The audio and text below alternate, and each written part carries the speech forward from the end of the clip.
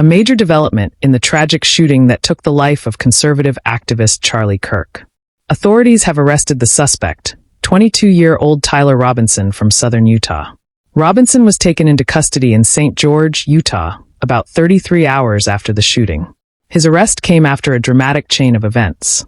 Law enforcement had released images of the suspect, and it was Robinson's own father who recognized him. After confronting his son, Robinson allegedly confessed. The father then turned to local clergy, who passed the information to the U.S. Marshals Service. Investigators say that decision was critical in bringing Robinson into custody. So, who is Tyler Robinson? He's a 22-year-old who briefly attended Utah State University for one semester back in 2021. Reports suggest that in the years since, he had become more political and often critical of Charlie Kirk's viewpoints.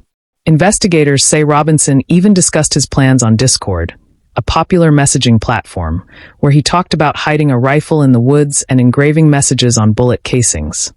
Details that later matched evidence found at the scene. On the night of the shooting, Charlie Kirk was leading an event at Utah Valley University called the American Comeback Tour. More than 3,000 people had gathered for what was supposed to be a lively debate on gun violence. But during the discussion, a single shot rang out. The bullet struck Charlie Kirk in the neck. Investigators determined that it had been fired from the roof of the Losi Center for Student Success. Surveillance footage later showed a figure sprinting across the rooftop, climbing down, and fleeing toward nearby woods. The clothing matched Robinson's description: black shirt, dark hat, and sunglasses.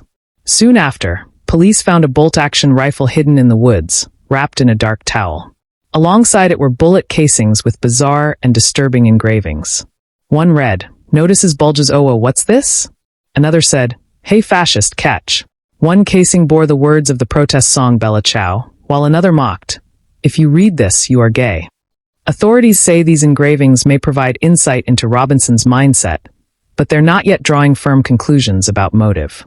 Forensic evidence also linked Robinson to the rooftop where the shot was fired. Investigators found a footwear print, a palm imprint, and even a forearm imprint at the scene. When his father first confronted him, Robinson reportedly refused to turn himself in. But after further pressure, he eventually agreed. Utah's Governor Spencer Cox praised the family's courage, saying they did the right thing despite the painful circumstances. President Donald Trump also weighed in, announcing Robinson's arrest and ordering flags to fly at half-staff until Sunday evening. Trump said Charlie Kirk would be posthumously awarded the Presidential Medal of Freedom and blamed the radical left for the environment that led to the killing. Tributes to Charlie Kirk have poured in from across the political spectrum. Kirk leaves behind his wife Erica and their 2 young children. His body has been returned to Arizona, where his family lives. But many questions remain. Why did Tyler Robinson target Kirk? Did he act entirely on his own, or did others know of his plan? How did he gain access to the university rooftop with a rifle and escape so quickly afterward? Investigators are now combing through his online activity and communications to find those answers. What is certain is that this case has shaken the nation.